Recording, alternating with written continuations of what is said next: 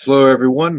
Welcome back to another episode of our live reactions to AEW Dynamite and NXT this week of July 29th. John, how you doing today?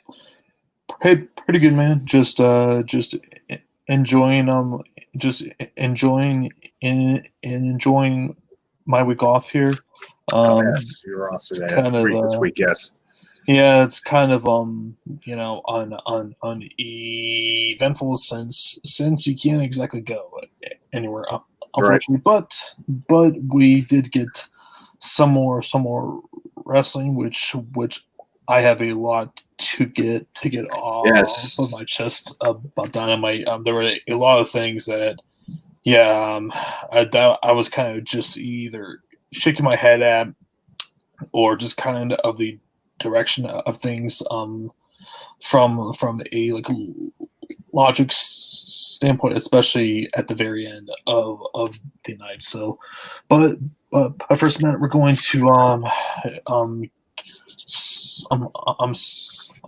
start off with the show, which we kicked off with a 10-man tag between the Inner Circle versus Best Friends and Jurassic Express. I'll be completely honest here. This match just really did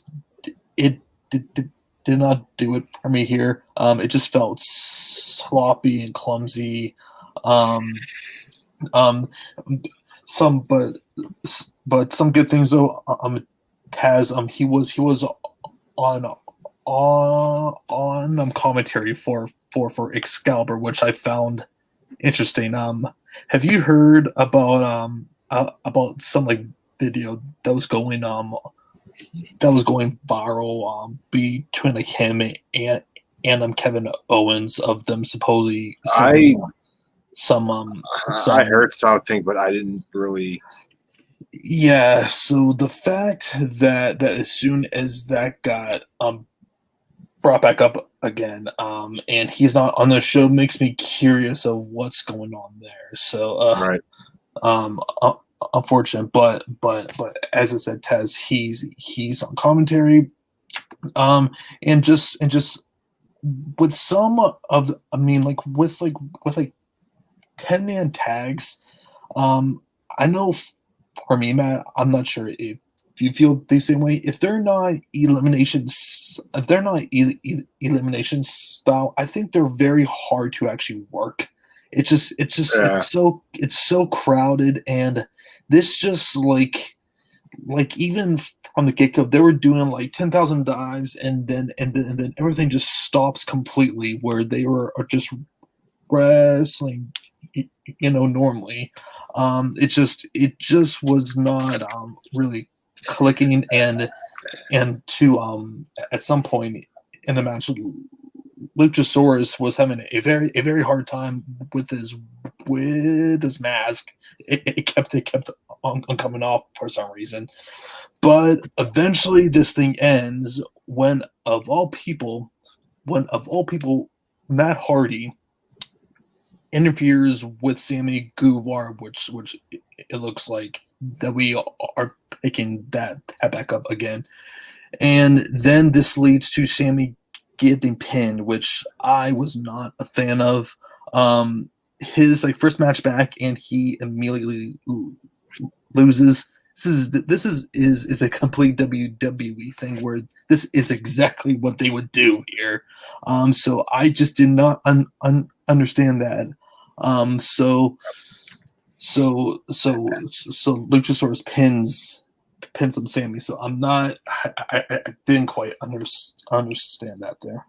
Yeah, as I was watching, at least I'll say the first half of this match, it looked like it was more comedic. Mm-hmm. I know it didn't take itself seriously. No. It lost me. I was more focused on, like I always am, but especially more so during this match, the opener for NXT, and we'll get into that obviously later. yeah, so it was a match. It was a thing. It was on the show, and usually on our timeline on Twitter, I'm used to seeing a lot of positive stuff on AEW. Yeah. And when the First majority hour. when the First majority hour.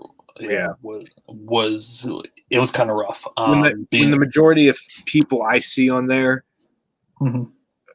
hate a segment, then It's pretty unanimous too. Like when it comes to that. I'm like, then majority of people probably don't like it. Yeah. So that finally ended. Which then we get. Oh yeah. I'll get into that later.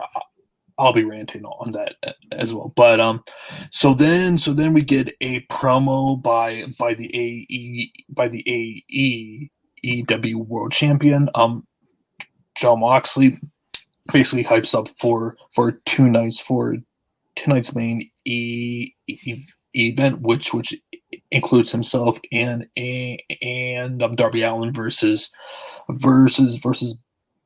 Brian Cage and also Ricky Starks.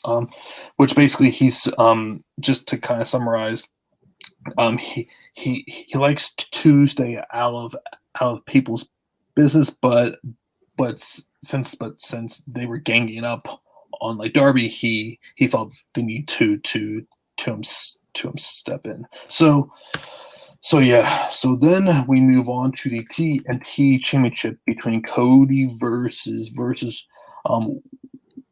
Warhorse, which this is like my first time ever seeing this guy. Matt, first impressions, if any here. I thought it was an okay match. Nothing too out of the ordinary here. Yeah, I mean that's pretty much all that I had to say about the match itself. Did you catch any of that? I saw some of it, and Mm-hmm. I mean, compared to the first match, this match looked like aces. Mm-hmm. It was a good change of pace. So I don't have a specific opinion on Warhorse, but I mean, every time I hear that, I think of either the movie or the SNL skit about Warhorse. So like that's I just hear that. Think about that. I just hear think about that. The sketch with Jimmy Fallon on it. Yeah. Warhorse. That's all I think about. I'm sorry, like with that name. Maybe I'm the only one. Warhorse. Where's my Warhorse? Yeah, but I tell you though, like essentially all week though, he was getting a ton of social media buzz though. So I mean, like I was expecting for something pretty extraordinary to happen. Maybe I had like too high expectations, but it was kind of disappointing to a certain extent. However, what was like not disappointing, we eventually for some reason had like Dark Order come down and they start attacking Cody and like Warhorse. And who comes down, Matt? The former Zack Ryder and who is now being known as like a Matt Cardona, who looked freaking jacked as hell. I gotta say that man. Yeah. Who looks in incredible shape. And it was also announced for next week, Cody and Cardona versus two members of like Dark Jobbers. So Matt, yeah. So I mean, like we kind of had a feeling that this was probably going to happen at some point. But how excited are you to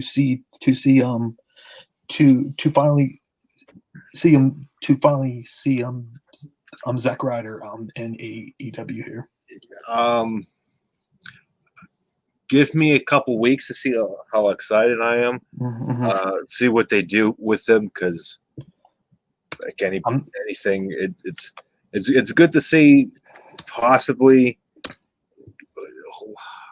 him go another level, but I gotta think that they probably do him versus Cody at All Out for the TNT title. Um, kind of seems like the only match as of now that I can think of off of the top of like my head, and on top of that they're going to be involved in a tag team match for next week, so makes you think maybe this is kind of where they are going to, although he has yet to even have a singles match yet in the company yet, so we will. I would build him up. Oh yeah, maybe absolutely. eventually accept the challenge. Right. Yeah. Maybe. It's gonna be. It's gonna take a while for me to get used to his name. Mhm. His actual, I guess his actual name.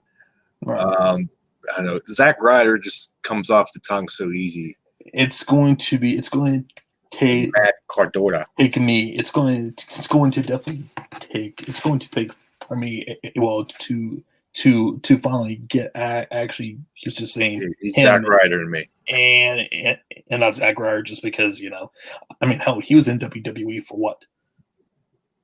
I believe at 12 or 13 years, like at least at least a decade. Yeah, definitely a decade. Yeah, so that's stuff that he's going to be sometime getting used to there. Then we get a promo with Tony Schiavone and the Inner Circle, which we get a whole bunch of things announced here by Chris Jericho, because for some reason we need a second match between him versus Orange Cassidy, which no one wants to see, and that is apparently happening, I believe, on August 12th. And Jericho also announced that for next week, him and Orange Cassidy are going to be having some sort of a debate or something, which that has train wreck written all over it. I don't know how that's going to work. Yeah. Because Orange Cassidy doesn't speak. Yeah, I don't. I guess that's the point. I don't know. But yeah. I just see that going. They talk. Cassidy says nothing, and Jericho claims he wins every single argument of whatever argument.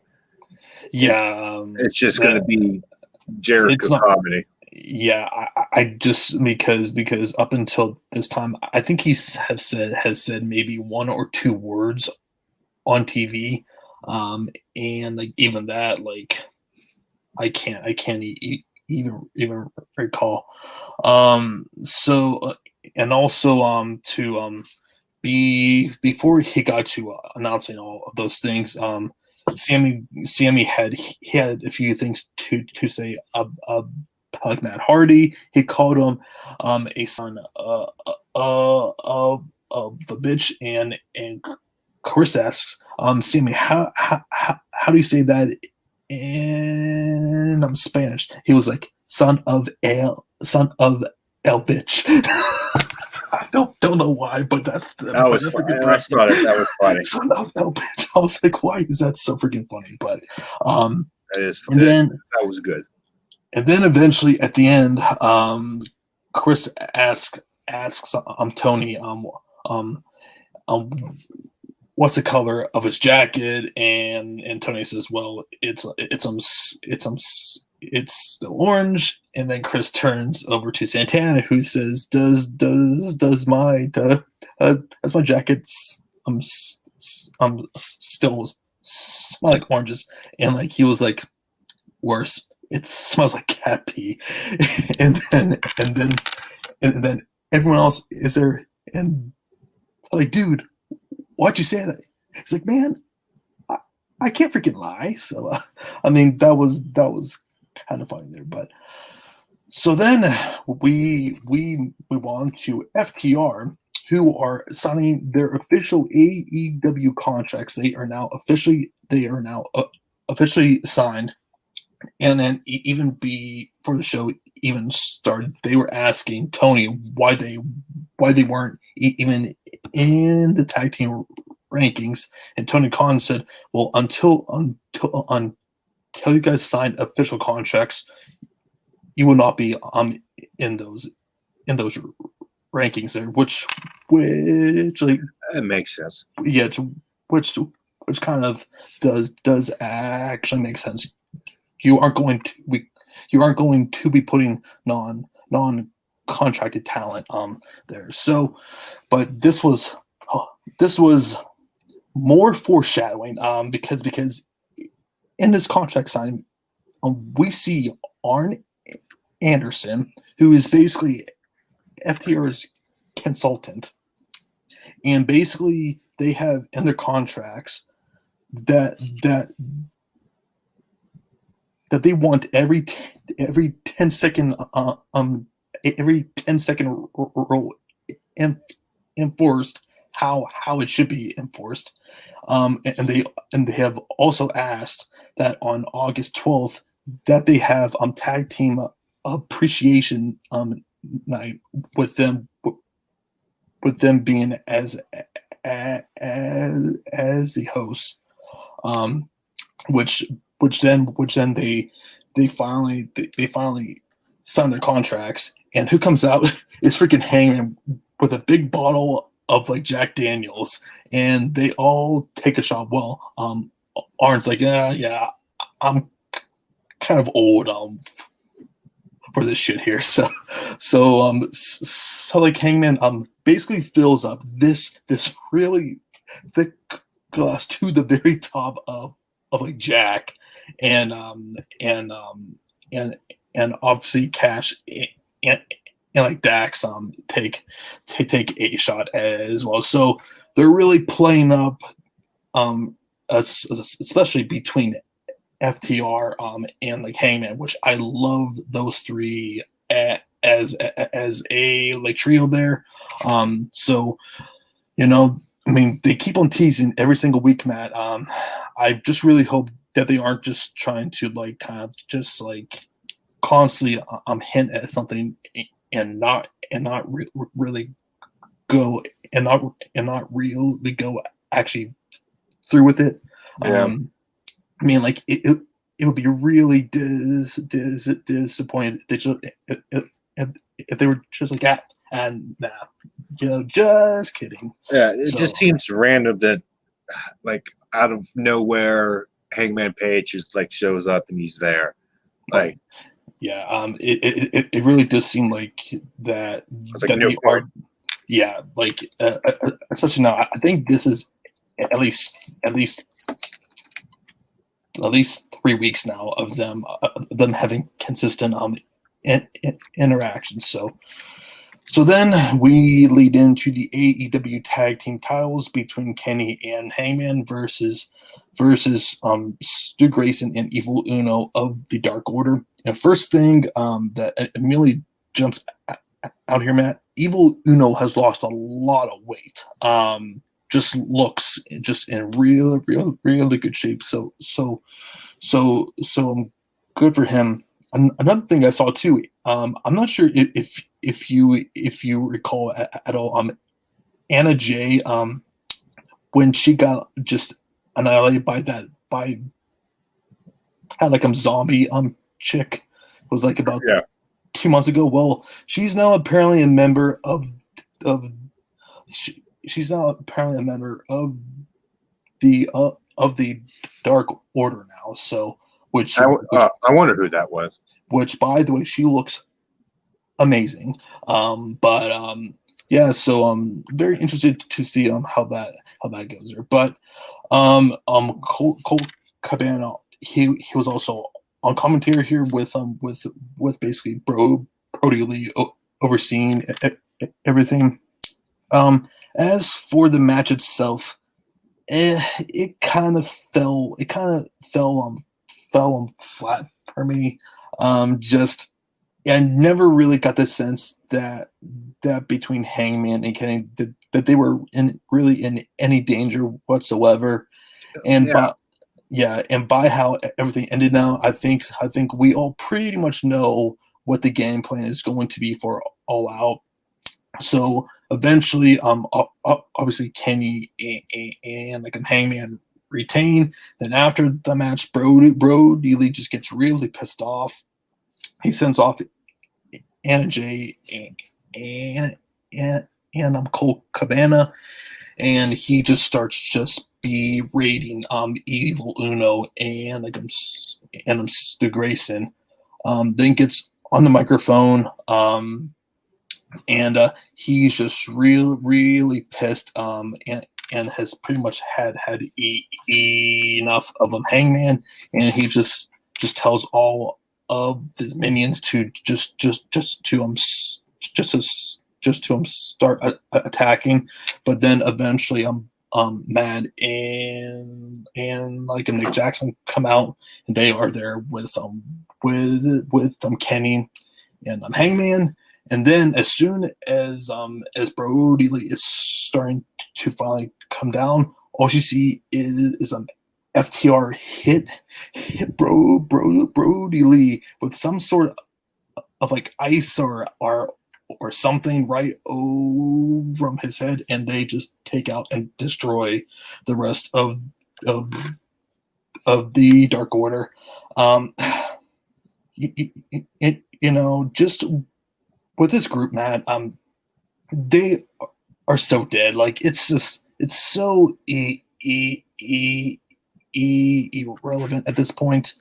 And to be perfectly honest, Brody Lee, he's being brought down more and more every single week as it concerns this. It's really has just been, to be perfectly honest, one of the worst case scenarios where it's just not working. And God help us, or next week we now have a 12-man tag team match between FTR, the Bucks, Kenny and Hangman versus the Dark Order. So basically, every single member of the Dark Order. Why this is happening, God knows. I don't know, but I think as we look to All Out, I'm thinking that we're probably getting a triple threat match, and I think this is where they take the towels off of Kenny and like Hangman and put it on FTR. I'm pretty sure that is where things look to be going there. It kind of makes sense since like basically everyone here between FTR, Hangman, and Kenny, and with like Matt and also Nick are basically all involved in the storyline. I feel like that probably makes some more sense. What do you think? a couple thoughts. We'll get back to that. One, I don't know why Dark Order had a championship match, unless I missed something. They were apparently number one. I'm pretty sure. I don't know how, but okay. I'll double check on that. Like it just seemed random. It was like, hey, championship match. Two, did they explain why? What's her face? The girl joined. No. She kind of was just there. Basically, when she got annihilated like 2 months ago, Brody Lee extended a like an olive branch to basically bring her on. So I'm guessing that's basically as good of an explanation. When did they mention? Did they mention it back then, or now? No, like this was probably first time we've seen any progression as far as that is concerned. Oh, because I didn't even know that happened. Yeah. It must have been off. Anyways, I just randomly one more person in the bunch. And then Yeah, and for to answer your question there, Matt, Evil Uno and Stu Grayson, they were like number one. how was Evil Uno number one? How was Evil Uno number one? They're 8-0 on the year, whereas everyone else has at least 2 losses. Or like Evil Uno barely was wrestling on TV. Yeah, he was involved. It's just me. Yeah, no, like basically they're including all of the Dark Order as basically one thing, because if you want to recall, Brody and I think it was Colt had like 2 or 3 tag team matches, and they probably incorporated that into basically everyone of the Dark Order. But yeah, because I think when the pandemic started, they were like evil. He was, because I think he was stuck in a Canada or something, and he was essentially off of TV for 2 or possibly 3 months there. And then real quick for my next question or point, we got Renzo here saying sub guys, and he says, I think AEW is better than WWE. Well, yeah, Raw and SmackDown, absolutely. I mean, like, absolutely. NXT, it depends. It depends kind of what you are looking for. I know, like, for me, Matt, I just feel, and we've talked about this, I just feel like with Dynamite, it's more of that, like, can't miss sort of thing. Even though NXT is still a pretty good show, I'm just not as interested. And we've kind of have already talked about that. But getting back on, or I have one more point. I have one more point, and maybe getting into it, but I just had this thought when you were explaining the whole triple threat, possibly whatever. If FTR beats Hangman and Omega, and unless I'm missing something, why would Hangman want to join FTR? Unless there's something, is there a rift between Omega? Like that has been pretty documented. No, like, they have been really ramping that up. I mean, the last month, especially, which I think that's probably is what's going to happen, is either Kenny or Hangman are going to finally just freaking snapping. I asked that even though I pretty much knew the answer, just for reinsurance in my mind. Okay. Yeah. So like that has been really teased as of lately there. All right, then we get a promo by everyone's role model, Britt Baker. Basically, she states for a big swole, as like that whole thing has been building, that if she wants to have a singles match against her, she's going to have to beat someone of Britt's choosing. So yeah, I do fully expect Big Swole and Britt Baker to finally happen at All Out. So that should be coming ahead soon. Then we get Hikaru Shida versus Diamante, and I gotta say this was pretty sloppy. For me, Matt, I'm just like just with the chemistry or something, just did not really did not really flow well. Diamante just kind of looked a little bit nervous. I'm not sure what exactly happened here, but I wasn't really impressed, to say the at least here. And even before this thing even started, we had the women's tag team tournament rules explained, which basically states that basically all of the tag teams they are going to be drawn completely at a random.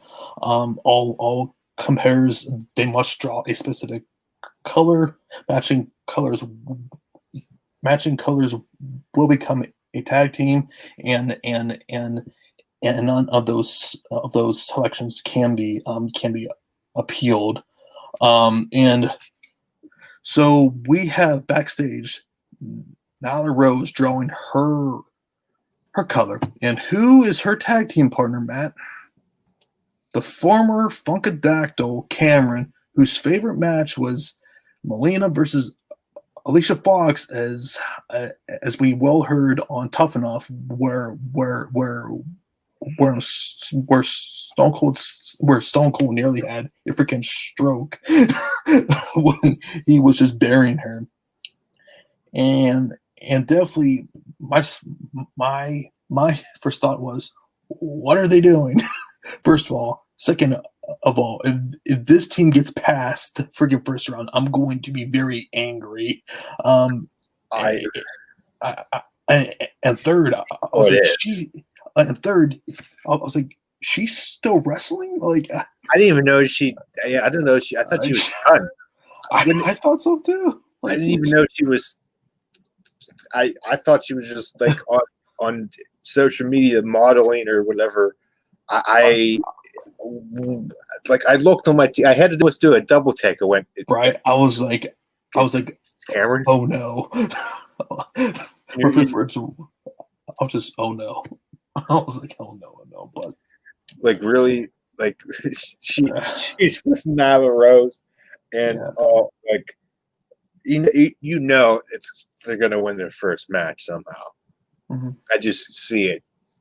Maybe if not Nyla Rose does all the work, I oh god, oh man, I looked at oh god no, the person who was pinning, I forget who, Cameron, who pinned somebody when they were on their stomach and was mad that the ref didn't count. I remember that. I try not to. Like, Sorry, I brought that back. Yeah, I just like it's just she. I mean, like, you know, she could be so much better now, but man, like how she was in WWE, she was just, oh god, she was bad. But then we finally she's only good for shaking her ass with Naomi in her part. In ring was not good. Yeah, but then we finally get to the best thing about this show, MJF 2020. Yes. I would say this might be the promo of the year, possibly as well. And this, which I had a feeling was going to set up him versus Jon Moxley for All Out. And by the end of this, the only thing I was thinking of, if he is not the champion, I don't know what this company is doing. He's literally everything that this company needs.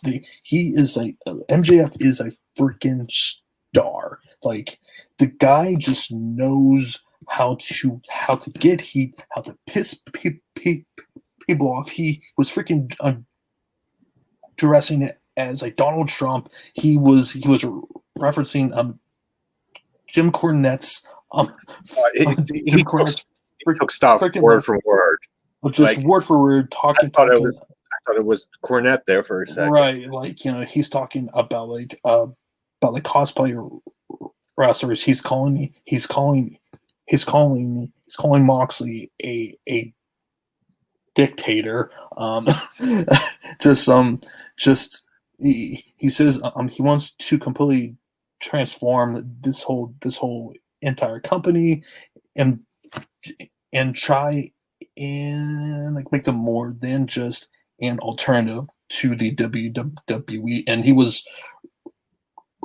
referencing them, NXT with the whole ratings war. This was just excellent, and probably the most thing I will definitely am looking forward to at All Out, because just with the promos alone between him and Moxley, like they're going to be some of the highest rated segments going into All Out here. I cannot wait. This got me really excited.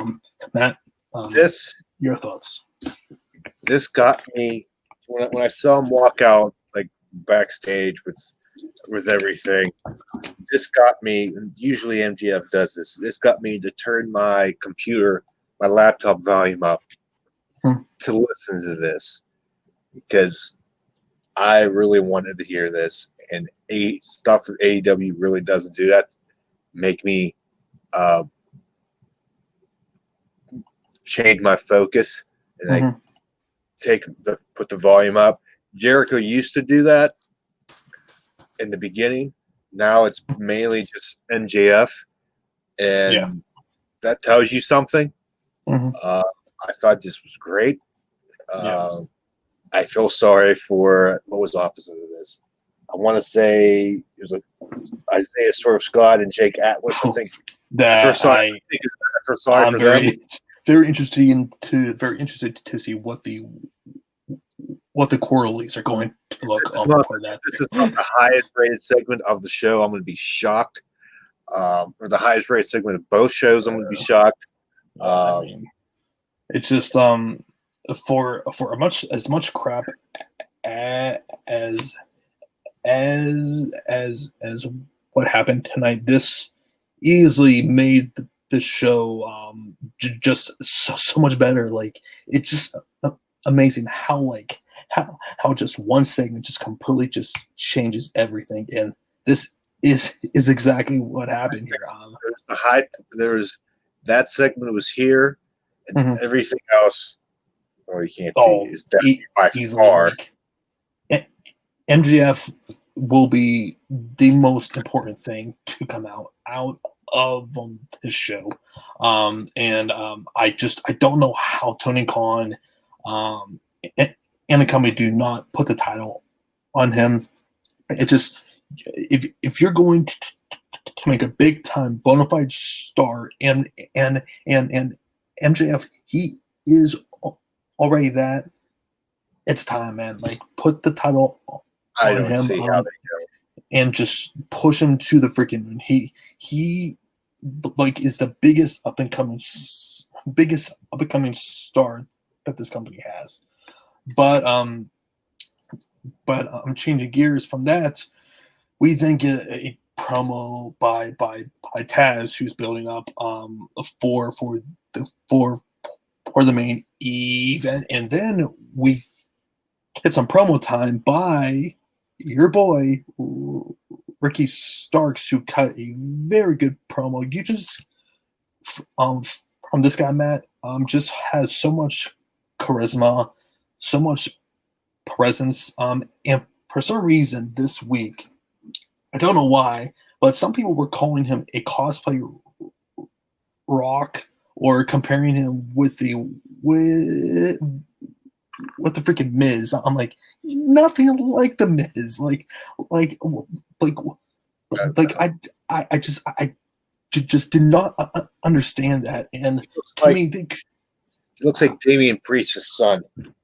Right. It just like he just has so much more charisma than like he does. But right. a very good promo here, and he was just recapping him beating the crap out of Darby Allin, which by the way, supposedly he got a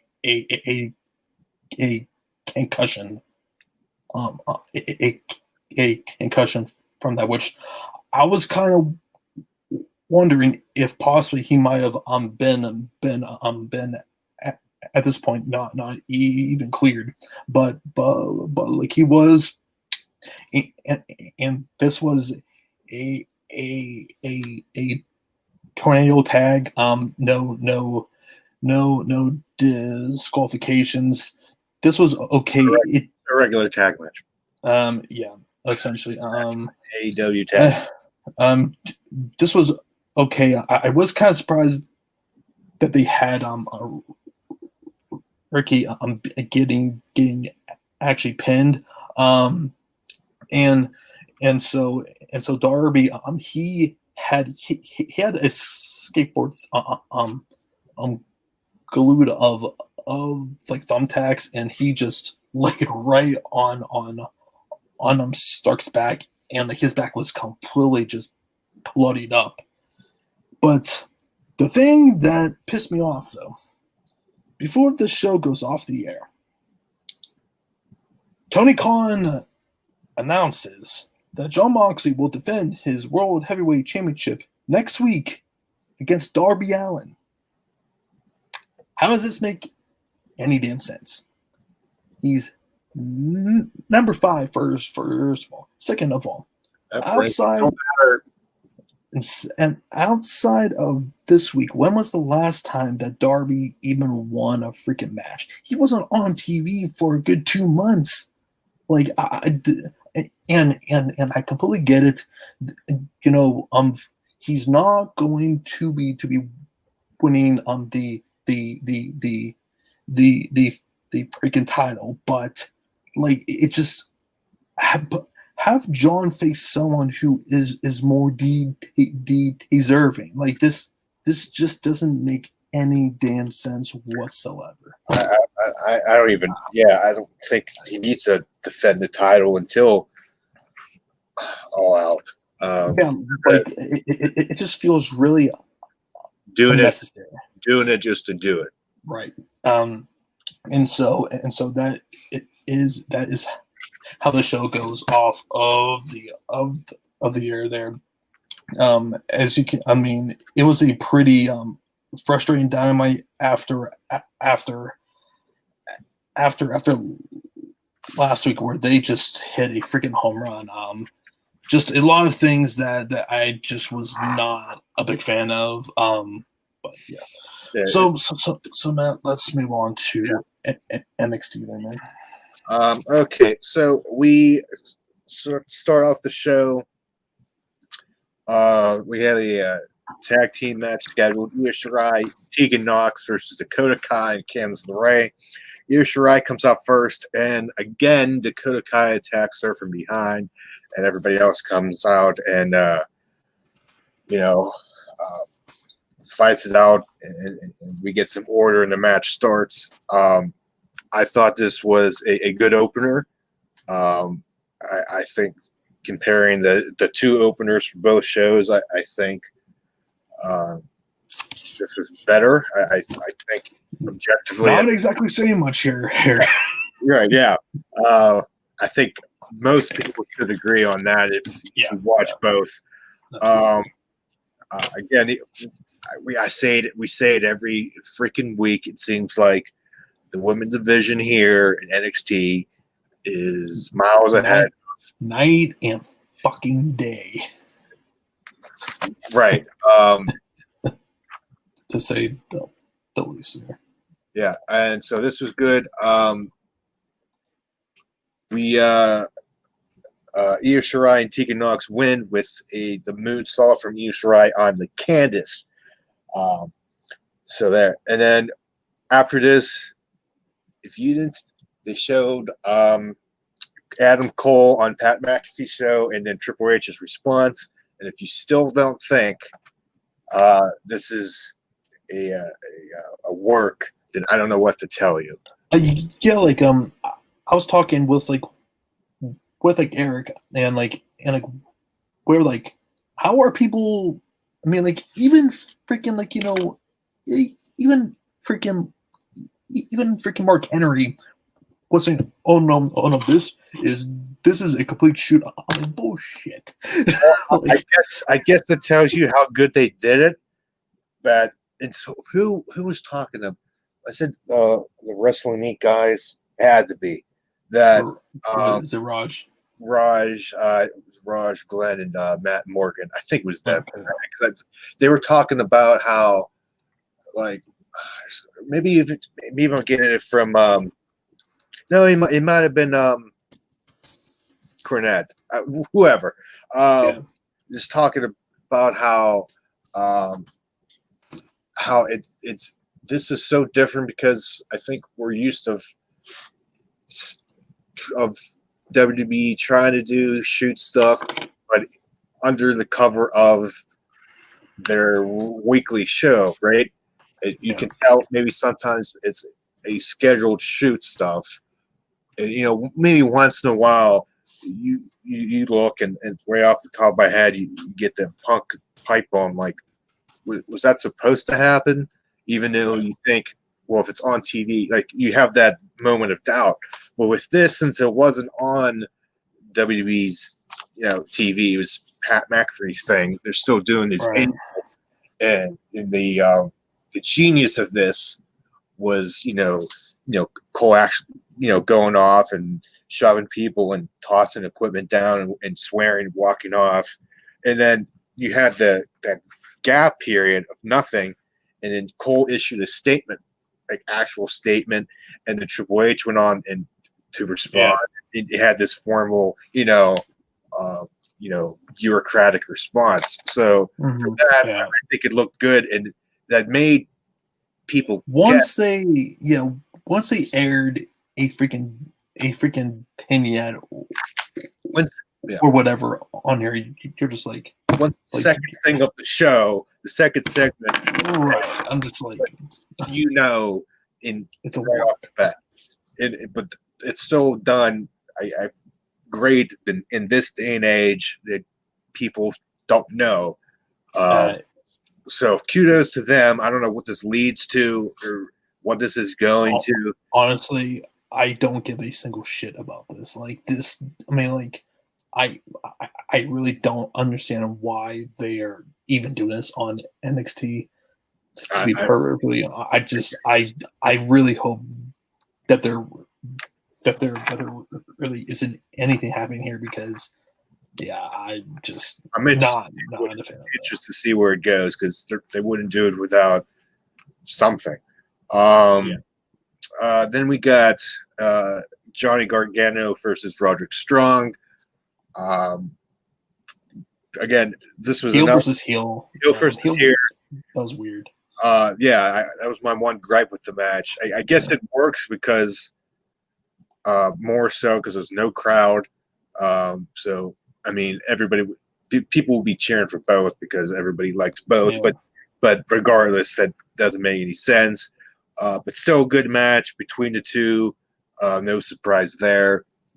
Gargano wins with the one final beat DDT. Then we have a backstage interview with Dakota Kai. And this is, I totally missed that.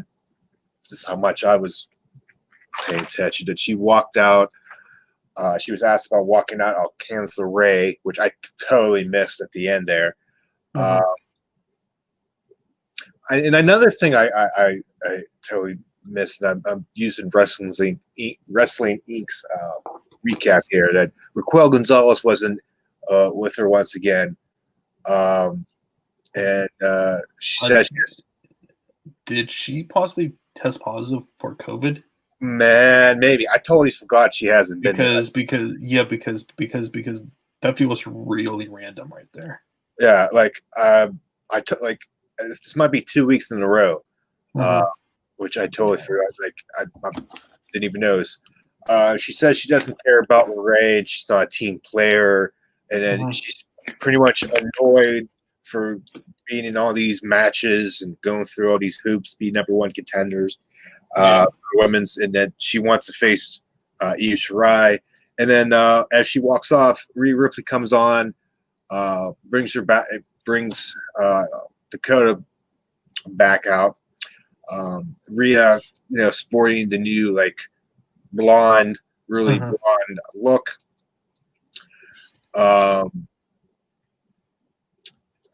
Rhea said something along the lines that she has a problem with Dakota going after Io first. She wants her, and Ripley says she has no problem going through Dakota to get to Io. And Kai walks off and says, "We'll see what Regal has to say about that." Then we had a backstage interview with Timothy Thatcher about tonight's main event, the triple threat match. Just basic stuff. Nothing really too exciting about this, but like always, in the background is Dexter Lumis creeping on the interview, and then we get Undisputed Era backstage, and all of them are backstage. You got Cole, O'Reilly, Fish, and Strong, pretty much all together in the studio at once. O'Reilly is pretty much annoyed. He's tired of, Undisputed Era being, they're not as dominant as they once were. Tries to get everybody hyped up, reminding everybody who they are, that they dominated NXT and whatnot. And pretty much says Undisputed Era is back, and they walk off. And that's not the last of Undisputed Era, as we see. Next match, we get Shotzi Blackheart versus Mercedes Martinez. Didn't see all of this match because this TV here is just kept shutting off. So I was in the process of going to another room for a TV. But what I saw was a good dominant performance by Mercedes. Shotzi getting some offense in. I think she even hit a Canadian Destroyer on Mercedes. Shocker. And she kicked out, right? She kicked out at 2. But I think Mercedes looked good. Of course, Robert Stone and Aaliyah was outside the ringside. Mm-hmm. Really didn't get involved. Didn't have to. It was like Mercedes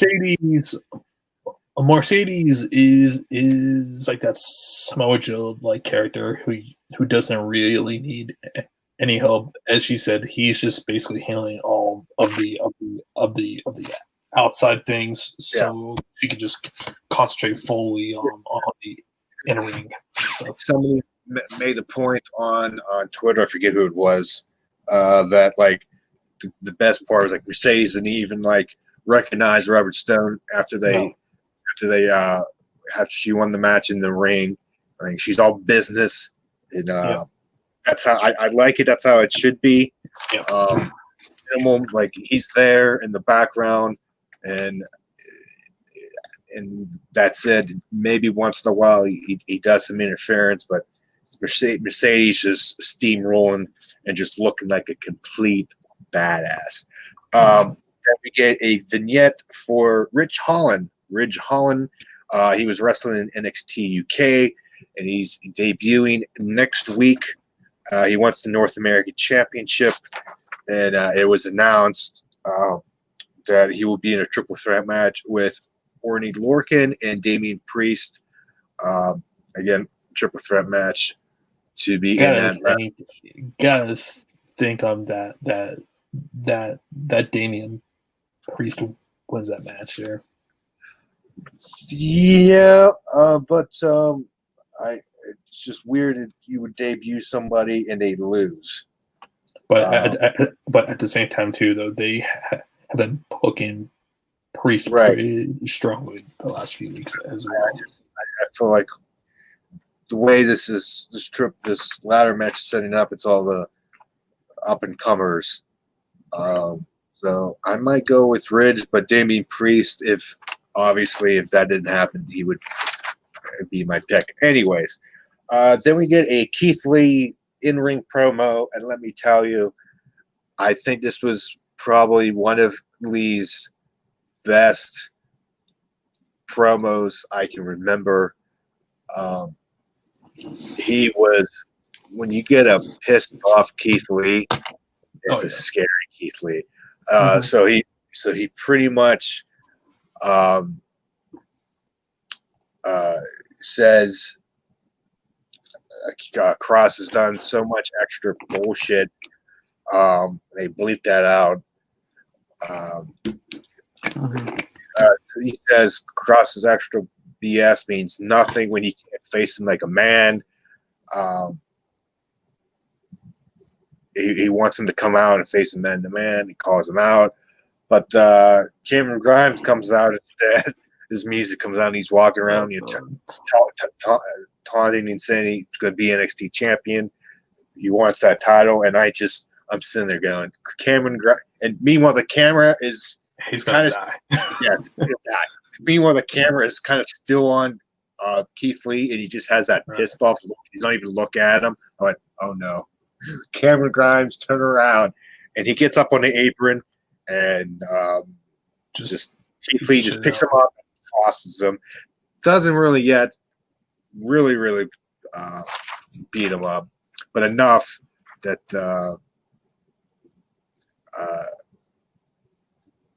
he gets out of the way. Then the lights go out, and Scarlett comes out, stands there in this like red dress, just again phenomenal. And then they're staring at each other, and all of a sudden you just hear this like scream, and Cameron Grimes like comes up and tries to jump up and attacks Lee, but Lee hits him with a spirit bomb and destroys Cameron Grimes. Then they cut back to Scarlett, and she does a little hand stuff, and Karen Cross appears on the screen. The video kind of really zoomed in on his eyes, and says he questions what kind of man Keith is to let one of his friends go through what happened last week, and says he's got to live with that now, and he gives Keith Lee two choices: the easy way, the hard way. The easy way is that Lee just gives him a title shot for the NXT title. For the hard way, which he says he doesn't want Lee to know. Lee doesn't want to know what that is, and because everyone will suffer. And then he goes off, and Scarlett walks off there in that creepy fashion. So that was before that. I'm sorry. Keith Lee says name, time, and place, and he's gonna whoop that ass, and then that segment ends. I would say that this is probably NXT's one of her last big time matches that they have right now. So I'm definitely expecting this to be kind of dragged out a little bit.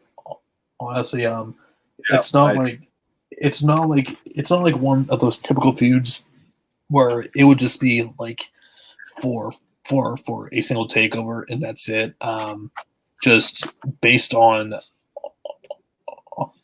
the current landscape, there's not too many other contenders right now, so I feel like they really need to completely drag this out as long as they can. It's a very good build. One of the best things on the show. Then we get a tag match between Imperium, Aichner, and Bartel versus Everrise. Technically, this is another heel versus heel match, but it really didn't matter because this was pretty much a squash, and Imperium just destroyed those teams. Then after the match, Undisputed Era, all of them come out and attack Imperium. And then they Undisputed Era stands tall, so it looks like we're going to get a tag match between the two, and that's what they are. That's what's going to happen. So I would imagine this is probably happening on TakeOver. You'd be wrong, my friend. Really? Here are the three matches next week: Damian Priest, Orny Lorcan, and Rich Holland. Dakota Kai versus Rhea Ripley in Imperium versus Undisputed Era for the tag team championships next week. Interesting. It is interesting. So that's a stacked show for next week, and on the same lines on the Darby Allin, like Undisputed Era. Do they deserve one? Kind of out of the blue. So we got two, out of the blue. The only problem is they don't exactly have other tag teams in, so it's like they do, but they fell off. You have. So, like I said, it's not like that they have any viable tag teams right now. So, whereas on the other show, there's other viable contenders, and they just say, I was comparing to Darby and that how it just kind of happened. Yeah. But your point's still the same. We get a nice Bronson Reed video package highlighting, what his life, how he was raised, how he got into the wrestling business, how he got to NXT, and all that fun stuff. So that was a good background on him. Then Regal said in response to Lee and Cross, saying he's not going to be forced into making championship matches, and title opportunities have to be earned. So I guess we're going the hard way then, which we'll see what happens. So I mean, he decimated both Ciampa and then he decimated Dijak. I mean, I don't know what else you want the guy to freaking do now at this point. He's the clear number one contender. It's just I don't understand. I don't. I mean, if he hadn't just essentially parried Ciampa, I'm just like, okay, maybe you have some form of a point, but he beat a former NXT champion, a long reign NXT champion at that.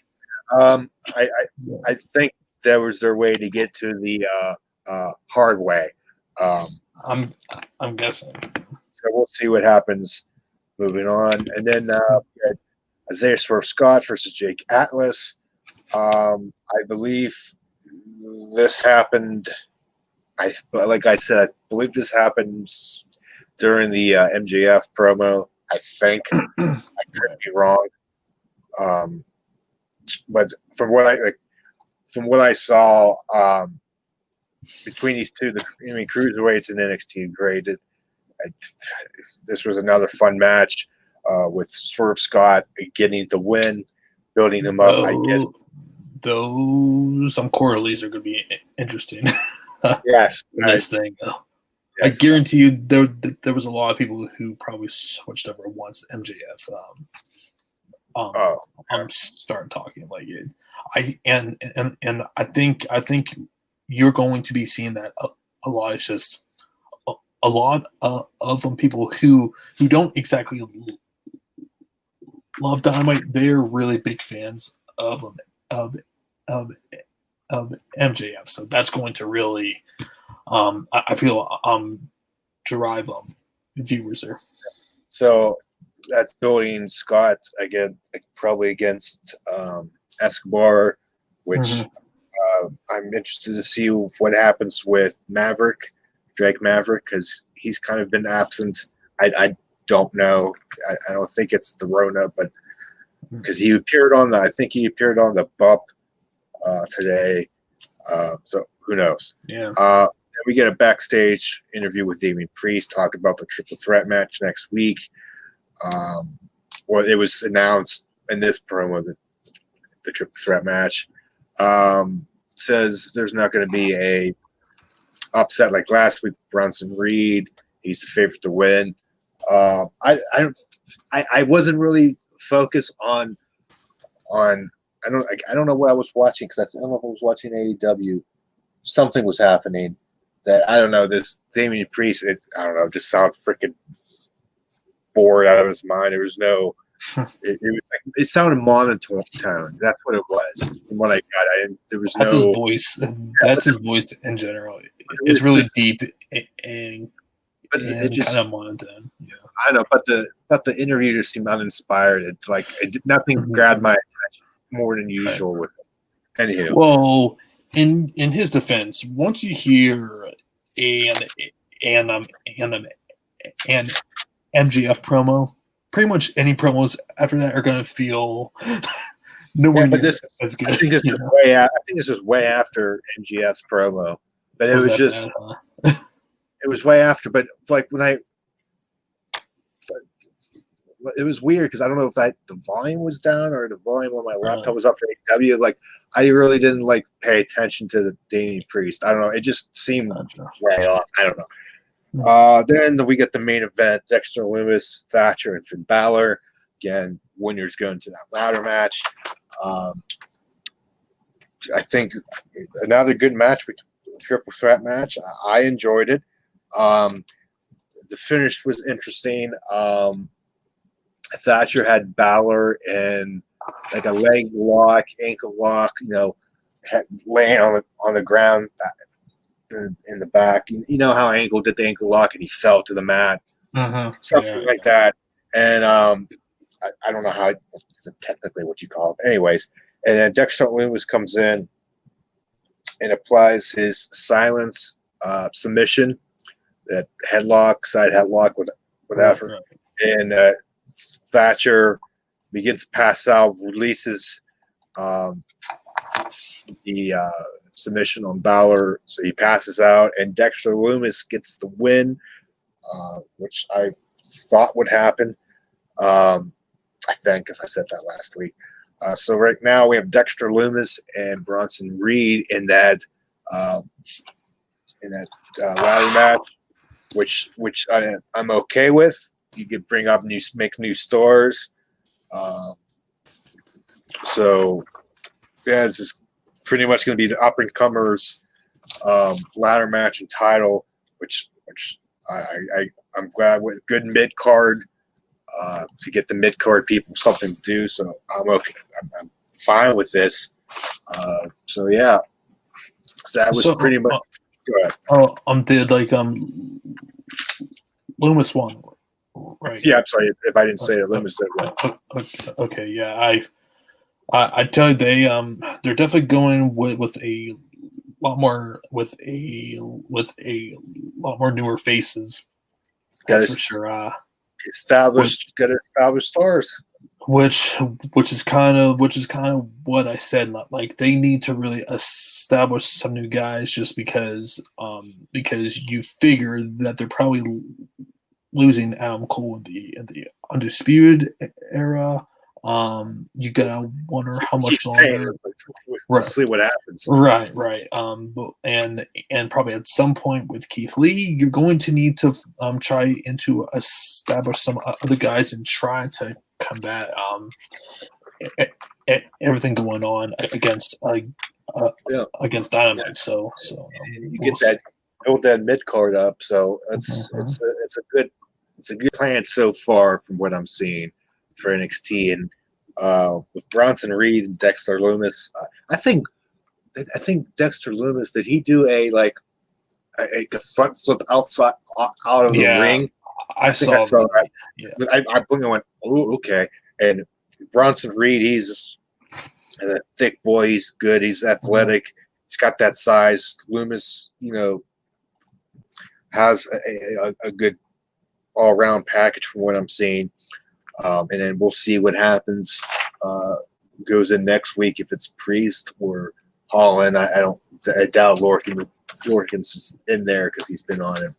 He's that tough SOB in the match. I believe Ridge Holland will be in it, in my opinion. And so we'll see. There's going to be, I think they said 5 people in that ladder match.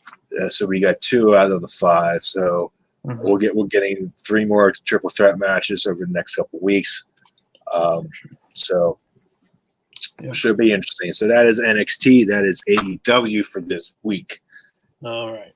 Well, I think that should about close it up for this week. So you guys, as always, thank you for tuning in. And as always, follow our Twitter page. We are consistently on there talking professional wrestling and also MMA.